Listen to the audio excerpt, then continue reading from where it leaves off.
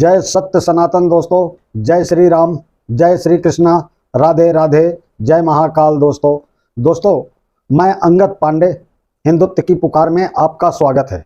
कैसे हैं आप सब? आशा करता हूं कि स्वस्थ होंगे, मस्त होंगे। दोस्तों आज हम कलिक अवतार के बारे में चर्चा करेंगे।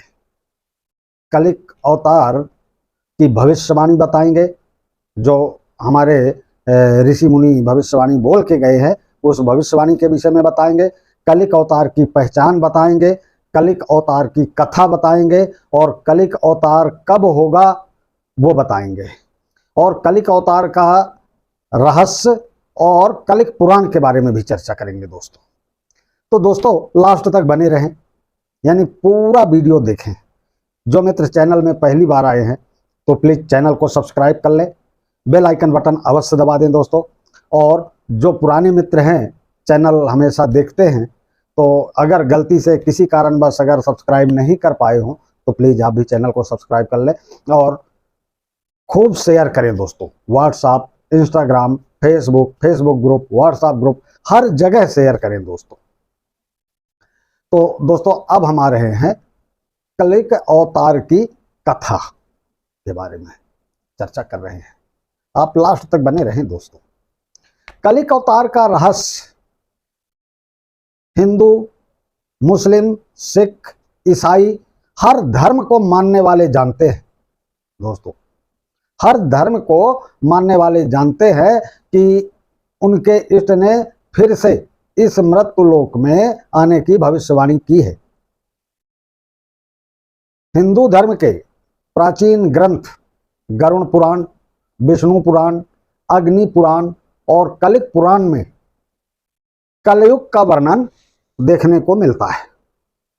आज का मनुष्य यदि कलयुग के वर्णन को पढ़ेगा तो वह भयभीत हो जाएगा, डर जाएगा दोस्तों। कलयुग का वर्णन भगवान श्री कृष्ण ने जो हजारों वर्षों पहले किया था, उसका एक एक शब्द आज सच साबित हो रहा है। यह हमारा सौभाग्य है कि हमने इस धरती पर जन्म लिया। यहाँ की संस्कृति में जहाँ ईश्वर ने कई बार जन्म लिया, वहाँ पे हम जन्म लिए हैं, पले बढ़े हैं। यहाँ भरत ऋषि मुनियों, संत महात्माओं, श्रेष्ठ गुरुजनों, दिव्य पुरुषों का देश है। इन दिव्य श्रेष्ठ गुरु ने कई धार्मिक ग्रंथ, कई शास्त्र, बहुत सारे उपनिषद और 18 पुराणों की रचना की थी दोस्तों। उन्हीं 18 पुराणों में से एक पुराण है कलिक पुराण। हम सभी लोग कलिक भगवान यानी कलि पुरुष, कलयुग में धरती का अंत, यहाँ बढ़ने वाले अधर्म, अत्याचार, मोक्ष और भी बहुत सी तरह की भविष्यवाणियों के बारे में सुनते आ रहे हैं। तो जानते हैं कि इन सभी बातों के बारे में कलयुग में, कलिक पुराण में क्या क्या कहा गया है दोस्तों। लास्ट तक बने रहें। कलिक पुराण यानी कलिक पुराण में कलयुग की उत्पत्ति से लेकर के कलयुग खत्म होने तक की सारी बातें बताई गई हैं कलिक पुराण में दोस्तों। भगवान श्री कृष्ण के वैकुंठ लोक जाने के बाद कलयुग की शुरुआत हुई है। जब द्वापर युग समाप्त हो गया तो ब्रह्मा जी ने अपनी पीठ पृथ्वी की तरफ कर ली। ब्रह्मा जी की पीठ से ही अधर्म की उत्पत्ति हुई। इसी अधर्म के सहयोग से काम, क्रोध, लोभ, मद, अहंकार आदि की भी उत्पत्ति हुई। इन्हीं सब से मिलकर कलयुग की रचना हुई दोस्तों। कलयुग के प्रभाव से ब्राह्मणों को वेदों का ज्ञान नहीं प्राप्त होगा। स्त्रियां पर पुरुष का अनुसरण करेंगी। वहीं इंसान सभी धार्मिक कार्य व अनुष्ठान बंद कर देंगे। मनुष्य 16 वर्ष की आयु में ही बूढ़े हो जाएंगे। लोग बेवजह ही आपस में कलह करेंगे। लोग ब्याज से अपनी आजीविका चलाएंगे, वे निर्धन का शोषण करेंगे। कलयुग के प्रभाव से ही शिष्य अपने गुरु की निंदा करेंगे। न्यायाधीश दंड देने में असमर्थ और कमजोर हो जाएंगे। जो अधिक बोलेंगे वही पंडित और ज्ञानी कहलाएंगे। धन की कामना से ब्राह्मण भ्रष्ट हो जाएंगे। स्वयं राजा ही प्रजा का शोषण करेगा, जिसके कारण सारी प्रजा कर्ज में डूब जाएगी। सॉरी दोस्तों।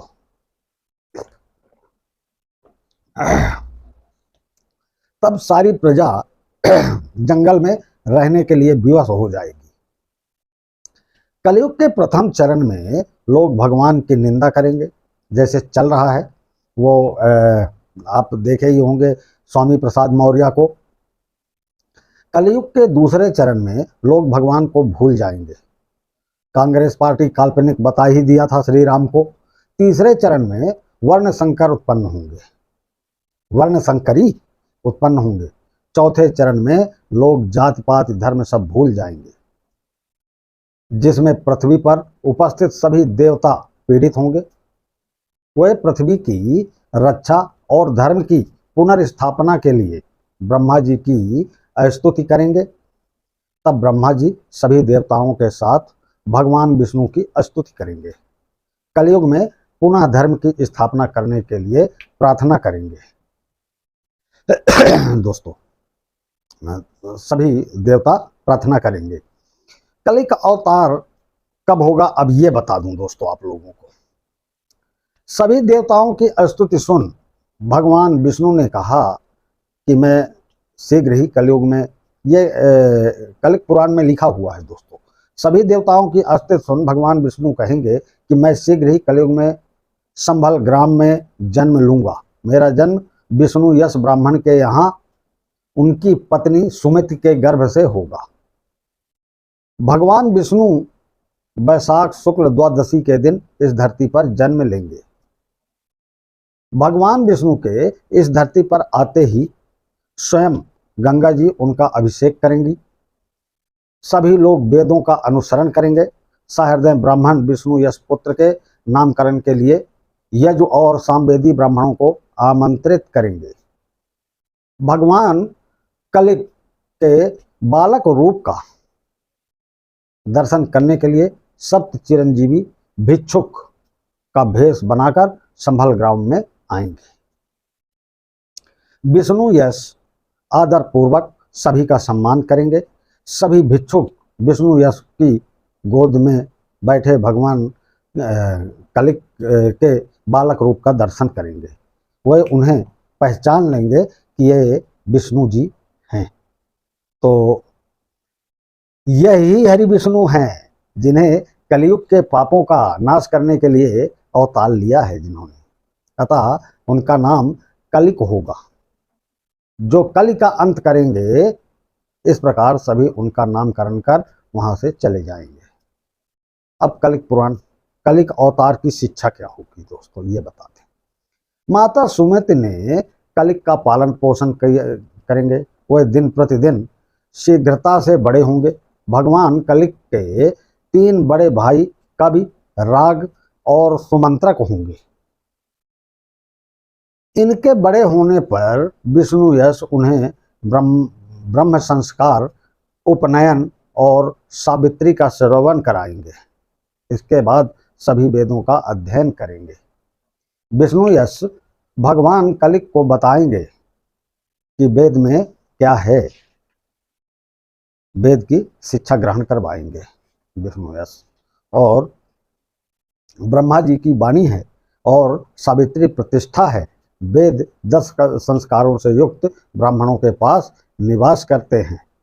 विष्णु यश उन्हें 10 संस्कार ज्ञान प्रदान कर उनका उपनयन संस्कार कराएंगे।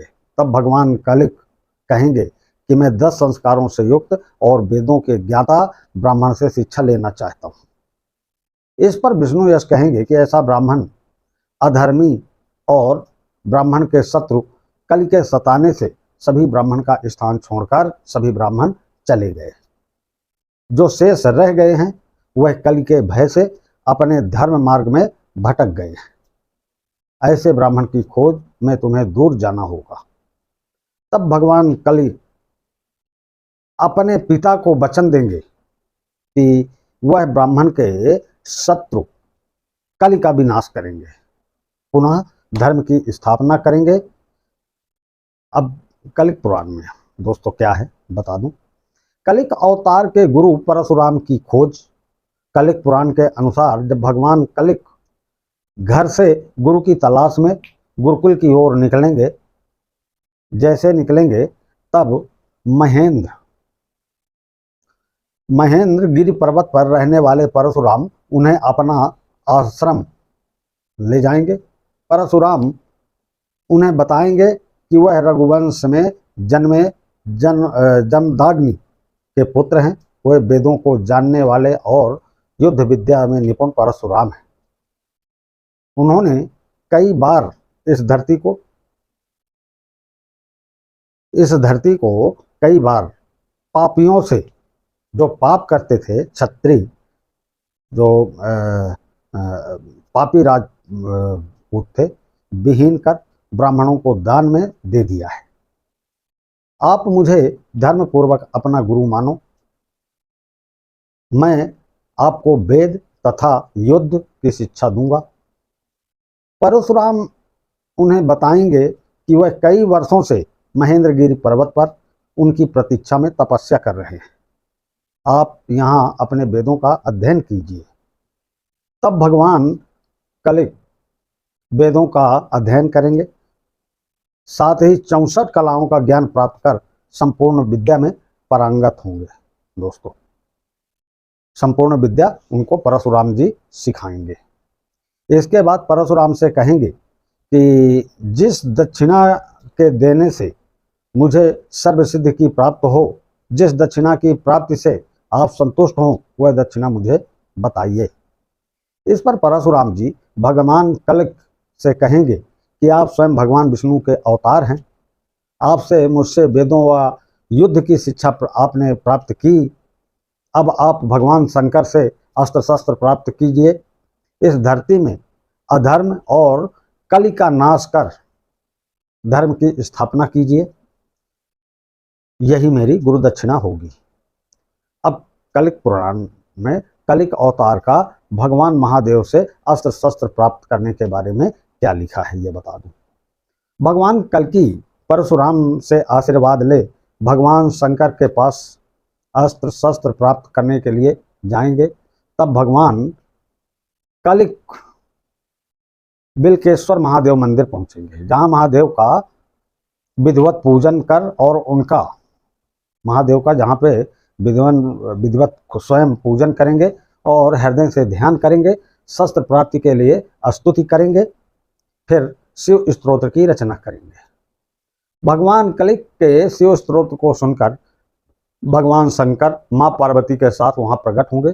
महादेव उत्पन्न होकर भगवान कलिक से वरदान मांगने को कहेंगे। भगवान शंकर भगवान कलिक को शीघ्रगामी अनेक रूपधारी गरुण अश्व एवं सर्वज्ञ सूक्त प्रदान करेंगे। इसके साथ ही रत्न स्वरूप महाकाल कराल अत्यंत चमकती हुई और पृथ्वी का भार सहन करने वाली तलवार कलिक को प्रदान करेंगे। फिर भगवान कलिक ने भगवान शंकर को प्रणाम करेंगे। भगवान शंकर अपने धाम को चले जाएंगे। भगवान कलिक भगवान शंकर द्वारा प्रदान किए गए गरुण अश्व, वो जो है गरुण अश्व देंगे। उस अश्व से ही मतलब वो उनकी सवारी होगी, है ना दोस्तों। बैठकर तीव्र वेग से अपने ग्राम संभल आएंगे। वह राजाओं को उपदेश देंगे कि वेद ही उनका अंश है। जो ब्राह्मण वेदों का अध्ययन करते हैं, वेदों द्वारा प्राप्त ज्ञान का संसार में प्रचार करते हैं, वही मेरी ही सेवा करते हैं। ऐसे ब्राह्मण को मैं नमस्कार करता हूँ। और दोस्तों ये अधर्मी अभी चालू हो गए हैं। हमारे शास्त्रों को, पुस्तकों को, रामायण को जो फाड़ फाड़ करके ये अधर्मी फेंक रहे हैं, तो एक कलयुग का ही असर है। ये क्या नाम है, मौर्य जो है ये उत्तर प्रदेश में मौर्य, इस पे कलयुग सवार हो गया है। इसका पतन बहुत जल्दी होने वाला है, ये बहुत जल्दी नष्ट होगा, क्योंकि इसको बहुत ज़्यादा अहंकार हो गया है। तो ऐसे अहंकारियों का अहंकार बहुत जल्दी नष्ट होता है और असल में इसके ऊपर कलयुग सवार है। तो दोस्तों, आप कमेंट के माध्यम से बताएं वीडियो कैसा लगा, और अगर अच्छा लगा हो तो कमेंट में ज़रूर लिखें, और दोस्तों खूब शेयर करें, और यदि सब्सक्राइब नहीं किए हों तो प्लीज़ सब्सक्राइब कर लें।